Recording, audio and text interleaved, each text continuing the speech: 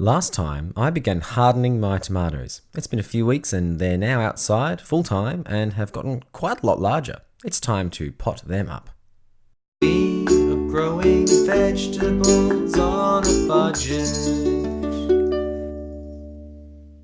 Hello and welcome back to another episode of Growing Vegetables on a Budget. I'm ready to plant my tomato plants in their permanent pots. I'll need a few things to do this. First of all, the buckets I bought for containers. I'm only using 4 of these because one of the tomato plants sadly didn't make it in the heat recently.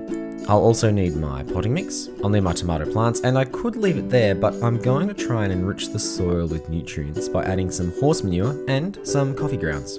I collect dry coffee grounds out of my espresso machine to freeze and use in the garden later on. I'm using a screwdriver to carefully put drainage holes in the pots. It's important that tomatoes are in well-draining conditions, as they can be pretty susceptible to fungus, which thrives in wet environments.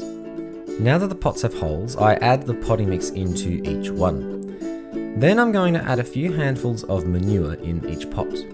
I've aged this manure about 6 months, so as to actually lower the nutrient content, so as to not burn the plants. And to my lovely surprise, I found some worms in here. These are just earthworms, and earthworms are great for soil health.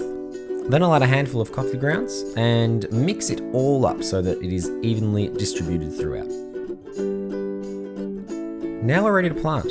Any part of the tomato stem that comes in contact with the ground is able to produce roots into that spot.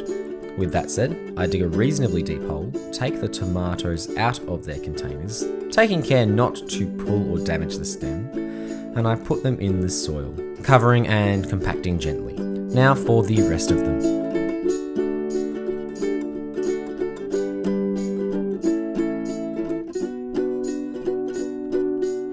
They are in their pots. It's time to give them a really good water to start them out. Once they've been watered, I'm actually just going to put them back exactly where they were for a few days, where they have a chance to settle and recover from their stressful move. In another week or two, I'll move them into a more sunny position where they'll spend the rest of their lives.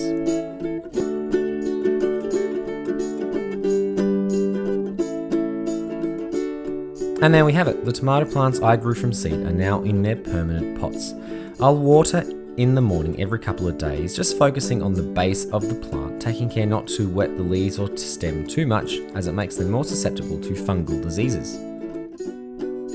Thanks for watching. To see more of my stuff, hit subscribe, and if you would like more frequent avocado content, head over to Scott Grows an Avocado Tree on Instagram. Thanks again for watching, and I will see you next time.